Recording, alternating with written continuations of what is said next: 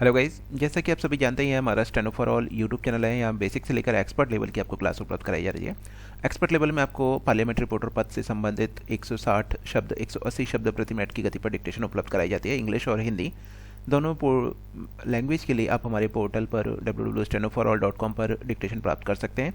साथ ही टंकण करने के पश्चात आपको मूल्यांकन भी प्राप्त होता है। बेसिक लेवल में हम डॉक्टर जी.डी. बिस्ट की पुस्तक से आपको यहाँ बेसिक करा रहे हैं। सभी राजस्थान हाईकोर्ट की तैयारी वाले छात्र यहाँ उनको बता देना चाहते हैं कि अगर किसी पोर्टल पर आपको 7 या 8 डिक्टेशन दी जा रही हैं, जिसमें 2 डिक्टेशन राजस्थान हाईकोर्ट की 80 की शब्द की स्पीड पर, 2 डिक्टेशन 100 शब्द पर और 2 डिक्टेशन 160 पर, तो उस तरह से मुझे नहीं लग रहा कि आपके लिए बाकी जो 120 और 180 वाली डिक्टेशन है, 160 वाली डिक्टेशन है, वो आपके लिए लाभदायक होंगी, क्योंकि यहाँ हम केवल पर्टिकुलर एग्जाम के लिए ही अलग अलग स्पीड पर डिक्टेशन काफ़ी बल्क में उपलब्ध करा रहे हैं। तो सभी लिखने के लिए तैयार रहें। 72 शब्द प्रति मिनट की गति पर हमारा डिक्टेशन है। रेडी?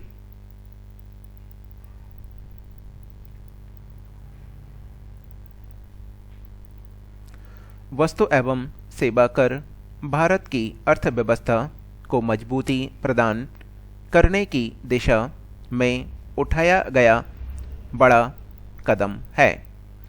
यह भारत में 1 जुलाई 2017 से लागू एक महत्वपूर्ण अप्रत्यक्ष कर व्यवस्था है तथा स्वतंत्रता के पश्चात यह अप्रत्यक्ष कर प्रणाली में सुधार के लिए उठाया गया सबसे बड़ा कदम है।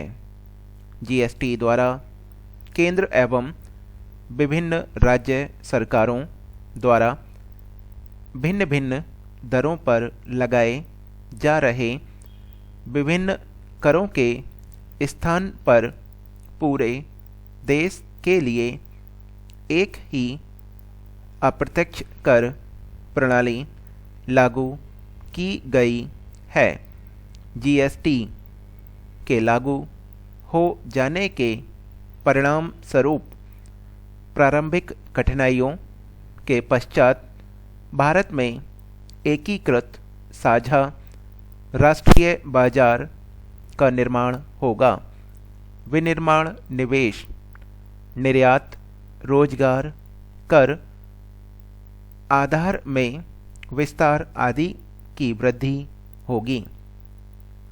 जीएसटी के स्वरूप को अपनाने हेतु केंद्र सरकार द्वारा 101वां संशोधन द्वारा जीएसटी संविधान संशोधन अधिनियम 2016 के माध्यम से संवैधानिक प्रावधान किए गए।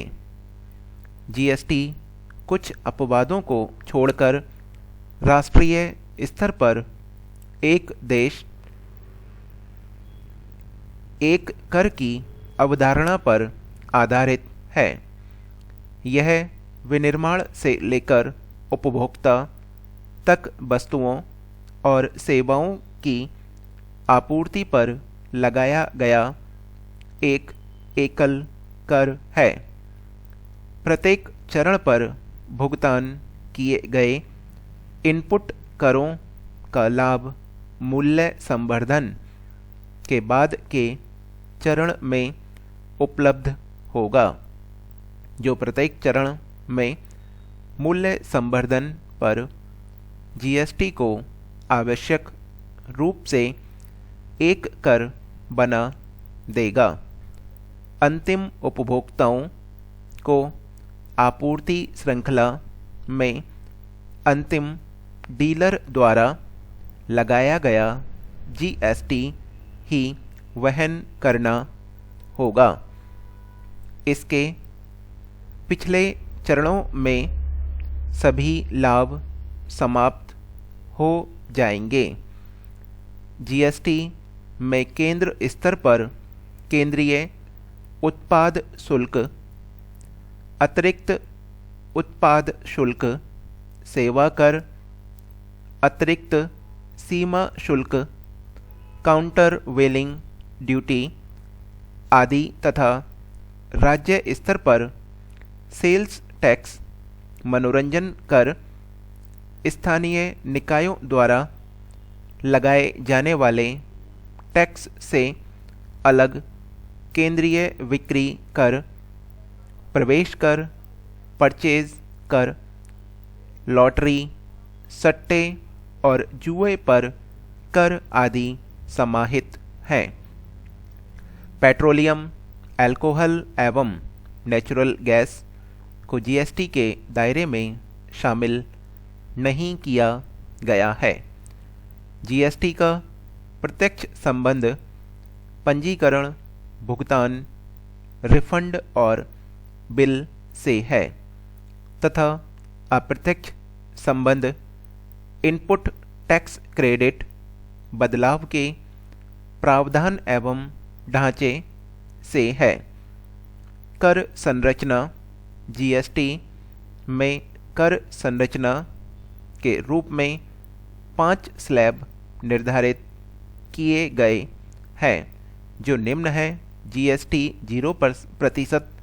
जीएसटी में कई वस्तुएं ऐसी हैं जिन पर कोई टैक्स नहीं लगता है। इसमें अनाज, दूध, नमक जैसी दैनिक आवश्यकताओं की वस्तुएं रखी गई हैं। जीएसटी 5%। इस टैक्स के दायरे में चीनी, चाय की पत्ती, सस्ते कपड़े, सस्ते जूते चप्पल रखे गए हैं। जीएसटी 12%। इस टैक्स के दायरे में मक्खन, घी, मोबाइल जैसी चीज़ें रखी गई हैं। जीएसटी 18%।